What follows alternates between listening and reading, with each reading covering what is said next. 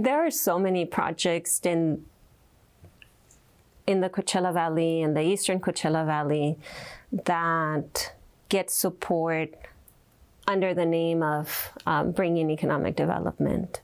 I can mention several examples. The expansion of the jail that happened in Indio, right? That got support because it was going to bring economic development. And under the very traditional definition of economic development is it was going to create jobs. In my definition, and maybe in the definition of solidarity economics, right? I mean, the job piece is one piece of economic development. What projects like this have failed to do is to think about whether they are positive for our communities, whether they are responding and creating opportunities for our community members. It's sort of like we skip that step because when you live in communities that have a history of being poor, right? Have a history of low-paying jobs, it seems like this is better than nothing. The World Logistics Center, right? That's not that far from us here in San Bernardino area, where you have, I don't know, hundreds of square foot of just warehouses. You have so many warehouses just back to back to back to back. That project isn't serving anyone. It's not serving community. It's not serving the electeds. It's not serving even the developers at this point. Just empty space of concrete walls that don't have any use for us. It's a place that's causing pollution, taking up land. It actually brings down the value of homes nearby.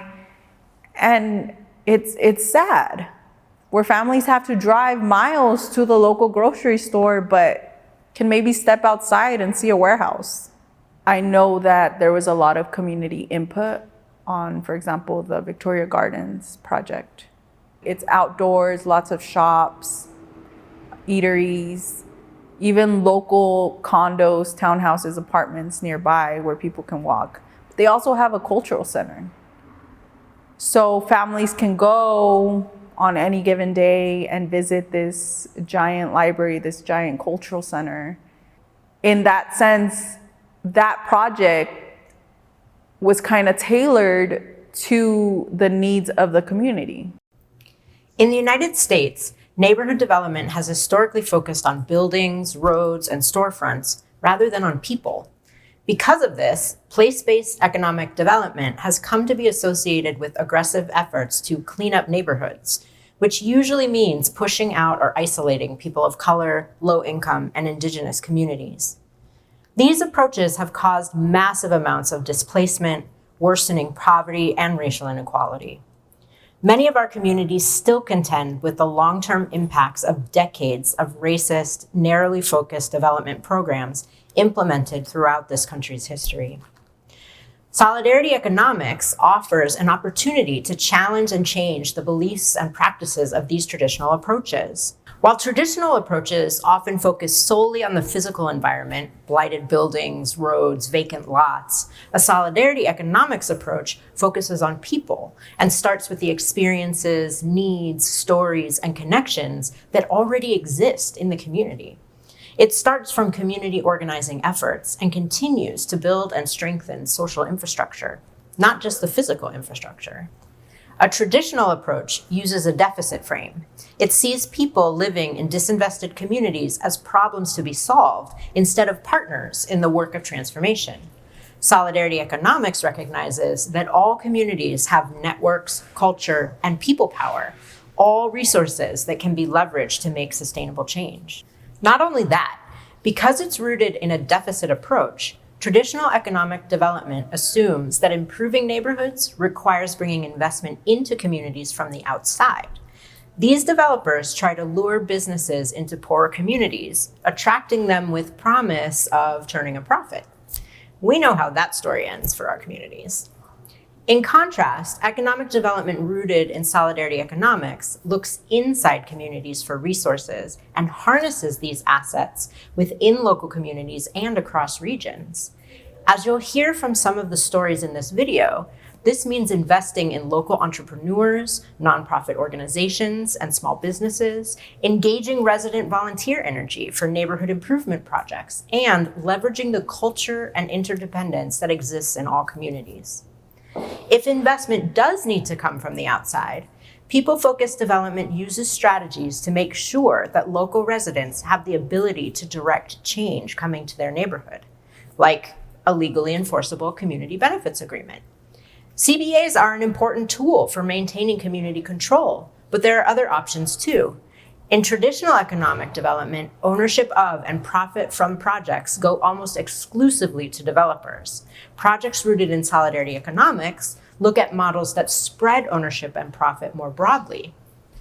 Thanks to organizers and activists in communities, we are seeing a rise of community land trusts, cooperative housing, community development financial institutions, or CDFIs, community development corporations, or CDCs, and other community accountable institutions. These movements are growing stronger, and collectively, they are shifting the tide towards economic development practices that prioritize community leadership and shared profit. So our organization was founded by Dr. Denise Fairchild back in 1996. So we like to use this phrase called, we want better neighborhoods, but we want same neighbors. And so that's really the driving passion and the force behind the work that we do, which is really that those most affected by this legacy of racism in Los Angeles should be at the forefront of the change that they want to see, not only for themselves, but for their families and the next generations to come. We're building a new generation of entrepreneurship, but we've also been challenged by the economics of corridors that have transformed, where you see a lot of displacement of small businesses, an erasure of the Black population happening systemically when people do not have access to the kind of capital you need to start a business. As the CD Tech example illustrates so well, a solidarity economics approach to community economic development focuses on harnessing the power, creativity, and resources of local communities towards neighborhood revitalization. Solidarity economics recognizes that neighborhoods are made up of complex and functional networks, and that those networks are connected to the larger networks of the cities, counties, and regions around them. When those connections are surfaced and strengthened, everyone benefits. All our education program is place-based, so we actually take the work into the community because it comes from the community to really see projects evolve and develop. So we believe the nonprofit sector is a means by which you can invest in people, invest in neighborhoods, and really change the kind of the infrastructure of communities to the workforce and economic development side of the nonprofit sector, and help strengthen and support small business entrepreneurship. Focus on infrastructure building and supporting the South LA area in terms of making sure that nonprofits are at the table when big initiatives like SURF or other initiatives that are coming down the pike are able to identify what they care about, what they need, and how they can feel ownership in these processes and get access to these dollars, and help strengthen the infrastructure of the area in terms of the nonprofits, but making sure that they get the resources that they need to not only be better advocates at the local, city, state, and county level, but also in terms of making sure that they're able to apply for bigger dollars by making sure they're strengthening their internal programming, their internal administrative and management process. Over the last several decades, communities have organized and developed new strategies that recognize the importance of harnessing the power within networks that exist within communities and strengthening those connections between communities across regions. Key to this growing community development movement has been the creation of community development corporations, or CDCs. These nonprofit, place-based organizations have become critical mechanisms through which communities make the kind of changes they want to see in their neighborhoods, including affordable housing, jobs, green space, and other improvements. So CDCs are very important to communities that are disinvested. I think more so now than any other time, we're witnessing that. Since our inception, the idea was we're making sure to address issues that as a county we weren't addressing: housing, economic opportunity, language barriers, issues around immigrant and refugees. So for us in our community, if a CDC wasn't there, we're talking about 100,000 people who wouldn't have a voice or wouldn't have a pathway to advocate for their economic opportunity, to advocate for language access, to advocate for economic mobility. The organization came to be in 1981, so we've been around a little over 40 years, based solely on advocacy. We're a community of about 100,000 residents, immigrant refugees. In 1981, the city and Caltrans wanted to run a highway through the community. The community stood up, did not want the highway to cut through the community, and essentially divided in two. We were the organization to stand up, mobilize the community, and fight against it. Though the highway still was created, we were able to get a freeway-covered park, the only freeway-covered park in the state of California. And since then, we've taken on advocacy and policy work and system change work since our inception. We are an economic development organization. We realize that there are a lot of community-based organizations that don't have the background in economic development, nor are even brought to the table. So the fact that we've been around 40 years talking about opportunities in our community, advocating for those communities. We speak about 12 languages in our organization, so we make sure that we're representing our organization. I think it's powerful to have the community represented in the way that we continue to represent in 40 years. I grew up in City Heights, so to come back and be the executive director was kind of a cherry on the top of we believe representation matters. We also employ 75% of our community. We want to be able to represent the community in the best way possible. They guide that, whether it's representation on our board, representation in our programming, representation in our policies that we help create or react to. There's definitely a significant amount of our community playing a role in all of our operations. The Vietnamese community inspired me through their struggle. They have a dream of opening up a business, a restaurant, a nail shop. They have a dream, but they don't know how to get to it. They don't know how to get to the resource, the technical assistant, how to market their business. And I felt like that's what I was needed. I help with customary one-on-one business plan, get permits, license, resource to grant loans to storefronts on storefront improvement, technical assistance in terms of marketing, even a business plan and how to get customers. We give them a map. They had an idea, and we draw a map with them and draw them stages where they can, where to start and how to start and where to go. We match their needs to the resource. The City Heights CDC and CD Tech are just two examples of how local communities are organizing themselves to make an impact within their neighborhoods.